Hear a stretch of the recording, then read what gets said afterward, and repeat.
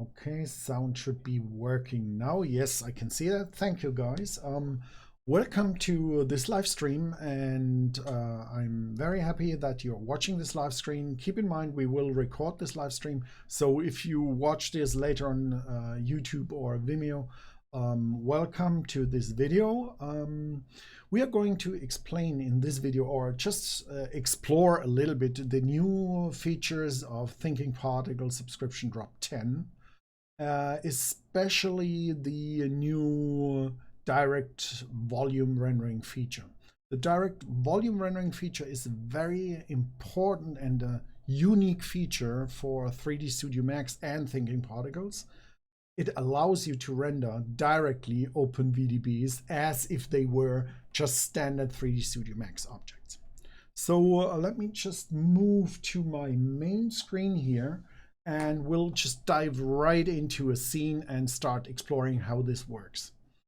Direct volume rendering right now only works with finalRender, and with Subscription Drop 10, we include a license of finalRender so that you can start right away and go ahead and experience the direct volume rendering workflow.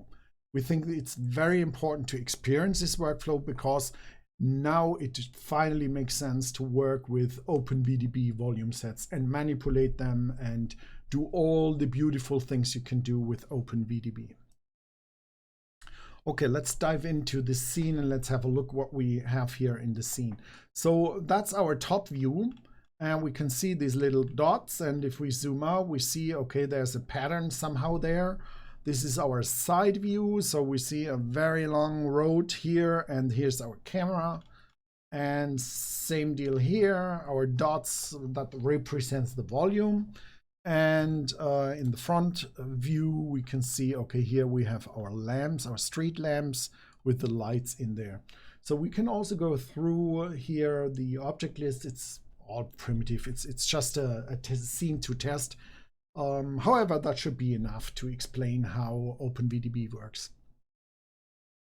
So what we have here is several boxes, area lights, and so on. We are using finalRender area lights because the direct volume rendering right now is only possible with finalRender. We have a free SDK, so any developer who wishes to support that direct volume rendering interface is welcome to contact us and integrate it. It's not too hard to integrate. It's actually pretty simple and straightforward, especially when you are already using NanoVDB. I'll talk about NanoVDB in a few seconds. Let's just continue exploring the scene. So what we have here is these area lights, and let me just zoom into one area light. And you might see, we say the shape is rectangle, but we see this weird visualization of our area light. And that's exactly the IES light web or photometric web. And we are using a photometric web of the street lamp. So actually we get this real world light distribution with shadow casting and everything of a street lamp with the correct amounts and so on. So we have several of them. So a lot of area lights are in this scene here. And we have our most important one is this fog box. Let me just show it. That's our actually represents our volume in the scene. So inside of this box, we are going to create this volume, this fog, this OpenVDB fog. So don't confuse that with the standard Max functionality where you have the gizmos and the volume effects as well. It's not that. It's an OpenVDB volume with all the advantages, and we are going to explore what we've done here in this scene. So the great thing here is about using OpenVDB volumes is that we can sculpt it and can do whatever we want to this volume. Let's have a look in our thinkingParticles setup, and I'll walk you through on the important parts you need to make sure to understand so that your experience or direct rendering workflow works.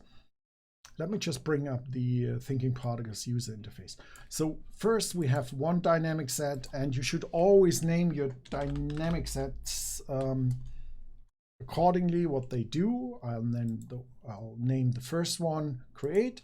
I'll rename the second one to our OpenVDB, and that's it. So now we have two dynamic sets where we have the first one that creates or brings in objects, and we can see we bring in our fog box, which is invisible in the viewport, and this fog box is going into the particle group named box. So we have a particle group box and a particle group field. We can ignore the particle group field for now because we don't need it. So we bring in the fog box, store it in the box, use the object to particle and instance shape. Why did we use the object to particle? Because we want to move it around, perhaps adjust it, and then we always get in the simulation the correct update of the object in 3D Studio Max. Instance shape is important so that we get actually the mesh inside of thinkingParticles. So the next step, let's analyze what we are doing here with the OpenVDB. There's nothing really complicated or complex right now, but let me walk you through. So the first thing we are doing is the OpenVDB, and that's a big change in subscription drop 10 compared to subscription drop 9. So what we have here is we create our fog grid. You create grids in the OpenVDB node by right-clicking and just add, I want to have a distance field, a fog grid, scalar, integer, position, velocity, vector, color, whatever type you want. And the new type we have here in subscription drop 10 as one of the first renderers in 3D Studio Max and particle systems in 3D Studio Max. We have full support for the point data in OpenVDB. So you can render point data and even multiply the amount of points or interpolate points in the volume.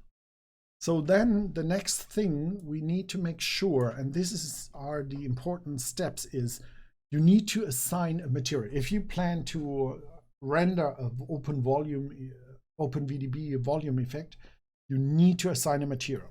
So, and the material needs to be the fR-VolumeVDB material.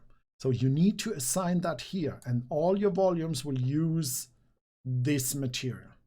And later in the material, I will explain we can access the grids. You have to name the grids properly. If this doesn't match, you won't see any rendering result. And then the next important thing is you have to select which one you want to export. In this case, you can export it to a file or to the renderer. So there is no difference. You don't need to supply a file or generate a file here right now. It's important that you see that the checkbox fog is on so that we actually render this one, because in OpenVDB you can have a lot of grids that are in temporary grids or whatever. You don't always have to render this and transfer these grids to the renderer. So here you can decide which grids you want to render. And that's actually it. So important material, assign the fR-VolumeVDB material. That's right now the only one that works. Decide on which grids you want to render, checkbox here. And that's it. That's your first step. Create your grid, assign the material. Then in this scene, we are going to be very lazy. We are always lazy when we create sample scenes because we want fast results. So the easiest to create out of this box OpenVDB volume is just to use the shape to volume. And in the shape to volume, we specify our OpenVDB container. This is this here. Then we specify where we store the volume data and where the volume data comes from. It comes from our box. We stored it in the box. So that's where our volume data is attached to the original box object. And then we decide what kind of grid we want to create. And we named it fog. So we select the fog grid there, and we have the fog grid. And that's actually all we want. The resolution of the grid, right now we keep it at all the values we have here. The grid doesn't change. It's not animated. If we were to animate the box, we could have update per subsample or automatic. But right now, single is fine. This is a static scene. The next thing we are doing, so we have created the grid with whatever resolution we set here. And now I'll take the output of this volume, the fog field, and feed this into a cell iterator. So the cell iterator node goes over all the voxels inside of an OpenVDB volume. So every single voxel field, or voxel in the field, is iterated over. So that's why I connected the field here. And what I'm doing here right now is I'm outputting the cell index, or the voxel index position, to the accumulate, and I'll explain the accumulate in a second. And we are outputting the C position, so the cell world position value, into our text map operator. So once more, the cell iterator goes through the whole volume, every single voxel. We have a lot of voxels right now. And for every single voxel, it outputs the world position and it outputs the cell index position. So voxel 1, 2, 3, 4. So the text map has a simple noise map. And this noise map is what we see here. So we are visualizing right now our density of the volume field. And we control that with a standard 3D Studio Max noise. So the text map gets its position. We have the size scaling. We could do whatever we want to the noise map.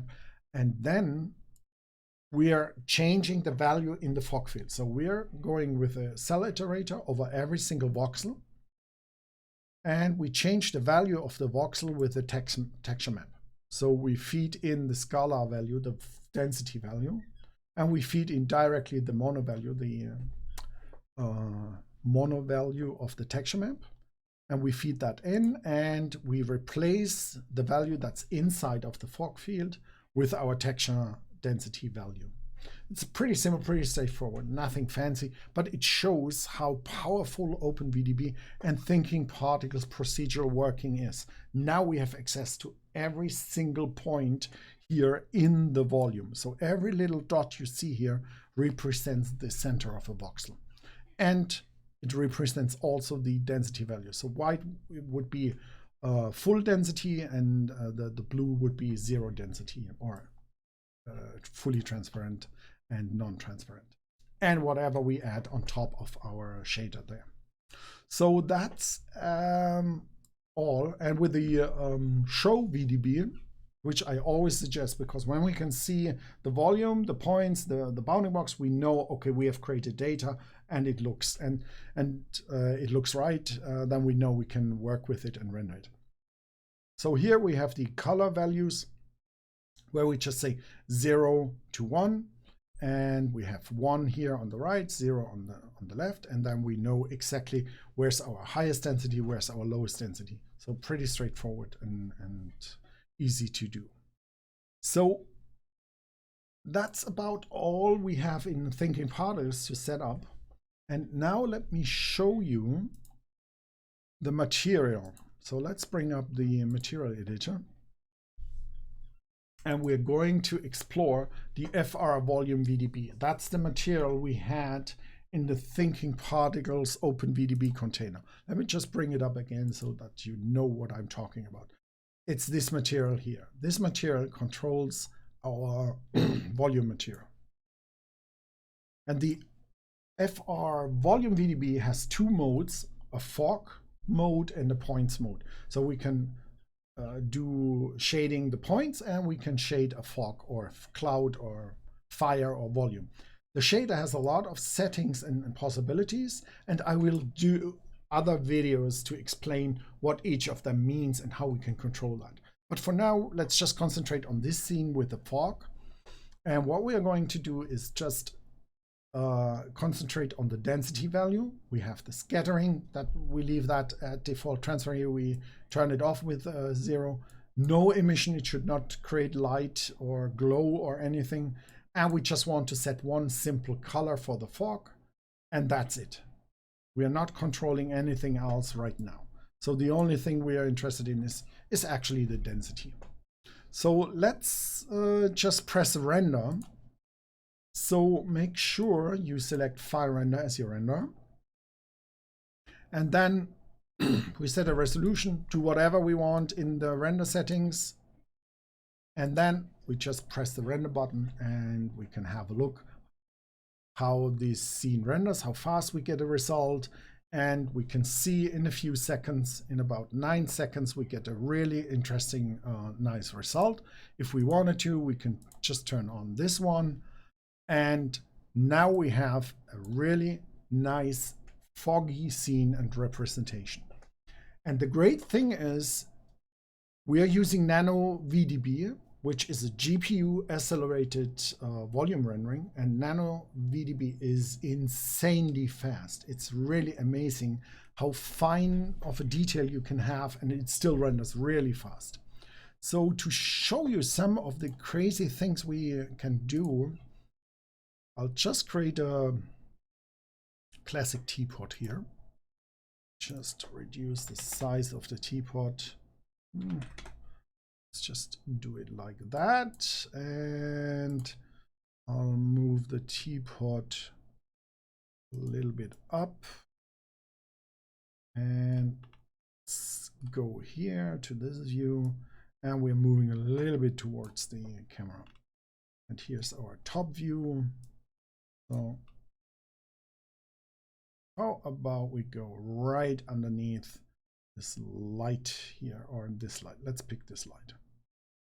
No, I like that one better. Okay, so what we just did here is we created a teapot, and then we just move that a little bit up. It might be still too big, and we are just going to render this here.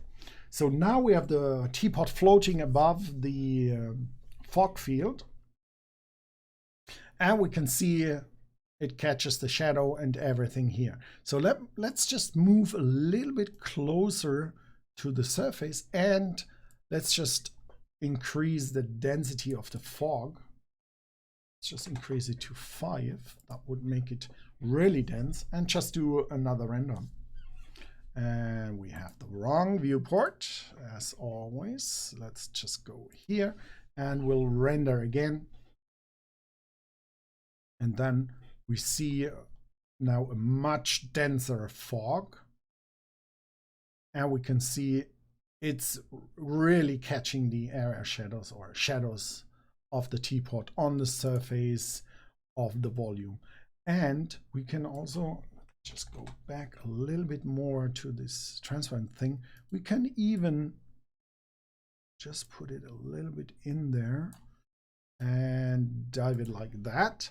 So I reduce transparency now, move the teapot inside of the fog, and now we would get the shadow casting inside, or the transmission of the teapot inside to the down to the street road or road where we see the shadows.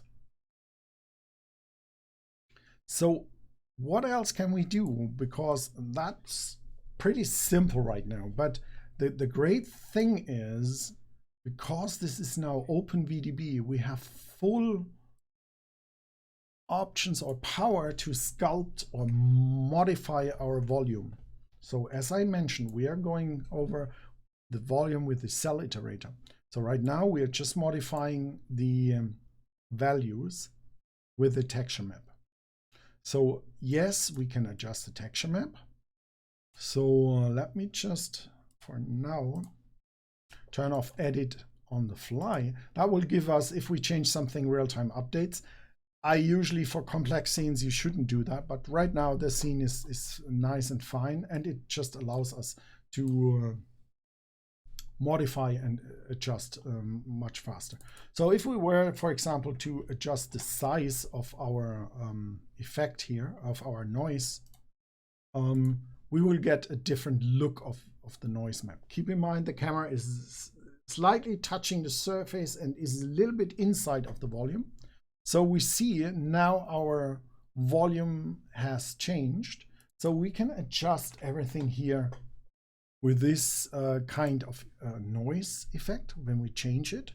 So that's overall changing our look of the fog. And again, this is per point or voxel in the fog field or in the volume. That's very easy. That's one of the easiest ways to adjust it. However, we can do more because we now have full access to every little point in the fog, we can do things like that. Let me just duplicate this one here. And what I'm going to do is I'm just removing pixels based on a threshold. So what we are doing is we're just going in here, get our threshold, where we just grab the value of our texture map, and we'll turn on our accumulate. What we need is we need the field we want to modify, and we need the cell index position so that we know, okay, we want to modify the same points in space. So what I'm going to do is I just say, okay, grab the nearest and remove the existing. So I just want to remove existing. In this case, we create it and replace the value. Here we just say remove the existing value. We don't feed in any other value, we just remove the voxel from space. And then we can also see when our threshold is properly set from 0 to 0.1. As I increase my value here, we can eat away the grayscale values. So what I'm doing here right now, let me just make this for you a little bit more obvious. Let me just make this bigger here. So what I'm doing here right now, I'm adjusting my threshold. So that's the texture value, the grayscale value, the mono value. And what I'm doing is I'm removing points in space. So there's no more fog inside of our volume. And by adjusting this threshold, I can eat away more or less of the grayscale values. Right now, I can also fill that back in. So we want to make sure that we eat away a little bit more of the grayscale values. So what I just did is I modeled a completely different looking volume fog in here. And let me just render this. So we removed the voxels in here. And right now we remove them from the volume. So if we were, let me just visualize this a little bit better.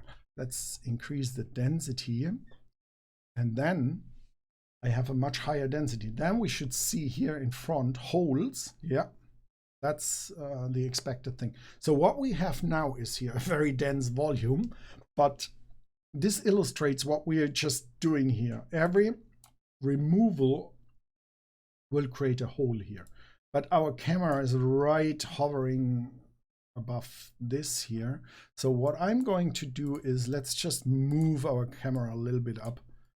The scene isn't made for this kind of view, but let's move a little bit out. Let's just have a look from top so that we just see what we just did here, or what's going on. And here we can see we were eating away all these voxels inside. And keep in mind, this is a true volume effect. If I go and reduce the density even further, then you see this is a real 3D volumetric fog rendering. And that's happening here in real time. And I'm recording in full HD resolution, using the graphics card, using the compressing for the video and all this. So that's how easy you can sculpt now within thinkingParticles and use finalRender to visualize it. It's a really effortless, fluent workflow. There's no more exporting VDB, loading in, changing the VDB again, exporting, loading in again, make sure that you have the right update and all this. So this you can do now right from in 3D Studio Max and thinkingParticles in really, really very fast. And if you now ask, how can I get a better looking edges or resolution? We can blend them. We have full control over the fog. I'm not going to show that right now, but the easiest right now, what we can do is I could just reduce, and keep in mind, this is to the cubic. So we are increasing the voxels a lot right now. So we could even maybe try 15, and you see now we get more and more voxels. Or let me try 10, and now we have a lot of voxels here. So if we were to render this, obviously because we have a lot more voxels, it will take a few seconds longer to render. But once more, the NanoVDB is really powerful and is able to render this kind of scenes really, really fast. So we have created now a really high resolution voxel setup here, where we have really fine details representing our actual noise structure we have here. And that was rendered in 20 seconds. So that is the power, and I hope I could show you why I'm so excited about our subscription drop 10, and what looks like a small feature with the direct volume rendering is actually a huge deal, especially for 3D Studio Max, because there's no other application right now out there except one, and we all know which one, that can render VDB volumes right inside of the application without exporting, importing, exporting, importing. Right now, with thinkingParticles subscription drop 10, you can do that as well. The renderer comes with it. You can adjust your OpenVDB volumes. And if you're satisfied and don't like using our renderer for your production, go ahead, export it, and do it with any other renderer. It's OpenVDB, it's industry standard, so you can use that. I'm wrapping this up right now. I hope you got the most important parts, how to use the new workflow. And leave a comment. Check out our other videos. I will go much deeper now, step by step, into what we can do with OpenVDB and what we can do with the shader and how to use this shader to create fire, smoke, and so on. Thanks for watching. Hope to see you again. Goodbye.